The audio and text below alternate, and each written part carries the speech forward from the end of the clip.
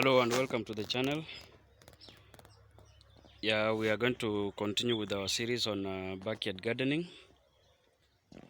And if you have not yet subscribed to the channel, consider giving a subscription to the channel.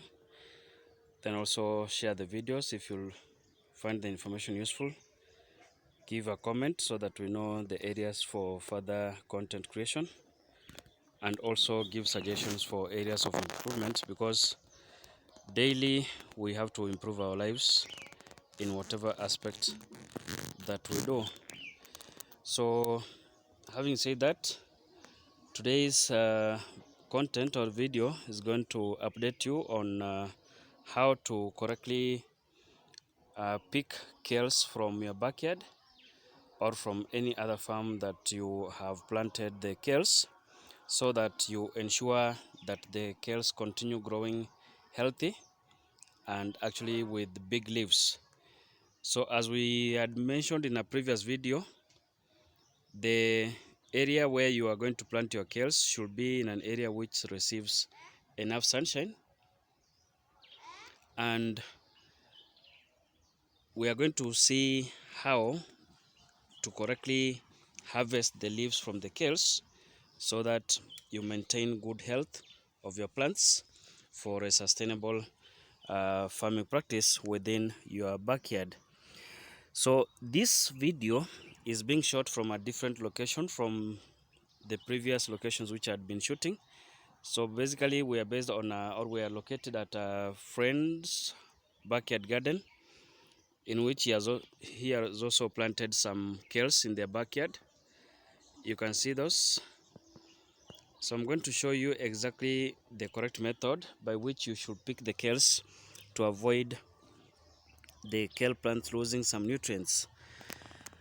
So if you have a look at this plant here, you can see that the kales have been picked, but with some stalks still left on the plant.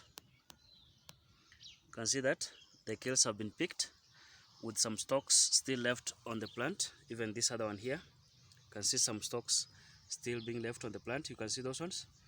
So that is not the most appropriate method for picking kales from your backyard garden or any other farm on which you have planted the kales. Why is it not recommended to do so?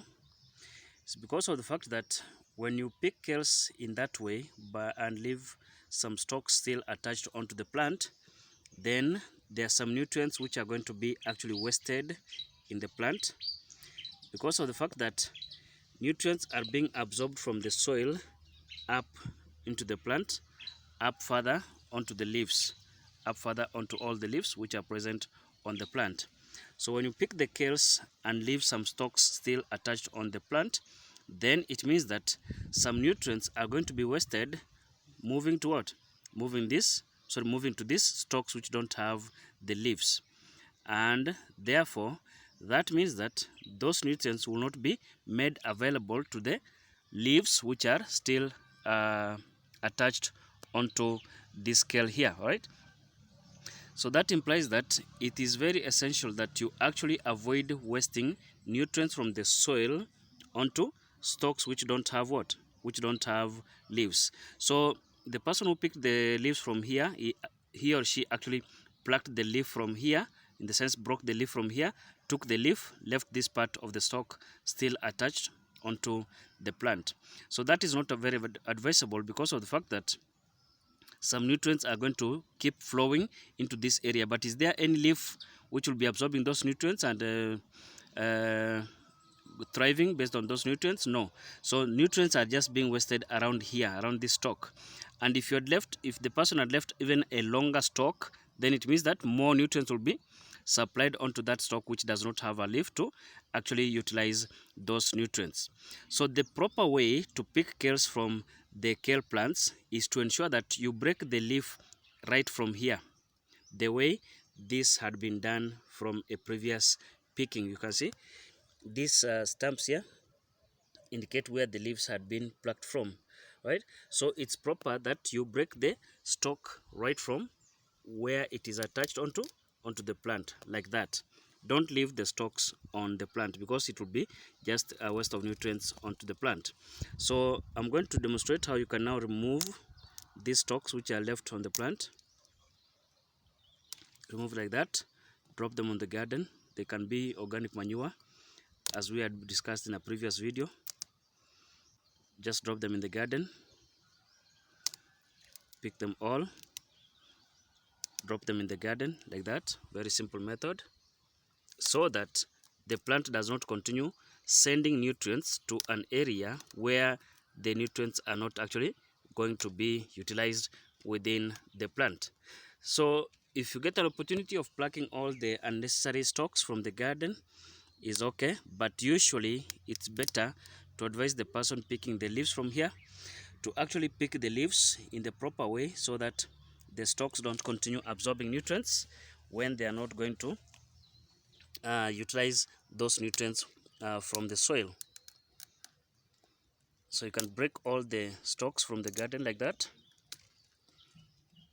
all over the plants. As long as there's a stalk which is not usable, just pluck them off and throw them on the backyard garden. That is of course organic manure in your garden, which can then decompose and give additional nutrients onto the plants once the plants start utilizing the products of the composition of those stalks.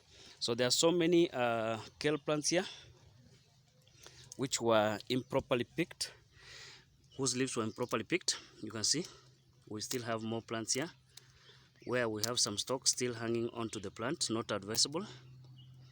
Just break all of them if you can, and you don't have to dedicate a whole day to that. Usually you can do that when you are picking leaves for the subsequent subsequent meal preparation. Whichever stalks that you identify which is left hanging onto the plant, you can actually pick it out and dump it in the garden. So that when you do that, it means that your plant will be sending all the nutrients onto the leaves and not to the stalks which don't have leaves, and cause your garden not to be able to sustain the plants properly. So just break all of them which you can break and dump them into the backyard spaces in the backyard garden, and that will ensure that the leaves which are still on the plant will now be directly the beneficiaries of the nutrients from the soil, not the empty stalks which don't have any leaf on them.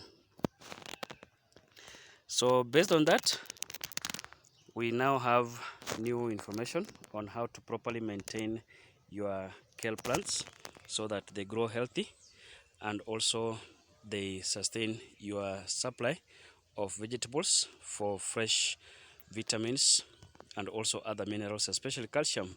Kales are known to contain a lot of calcium for your diet. So consider subscribing to the channel, give a like, and also give a comment on further areas for improvement, or even on other areas of content that you like us to create based on backyard vegetable farming. So this is the area which this farmer has planted the kales, and as you can see there, they have intercropped with plantain, or what we call as bananas.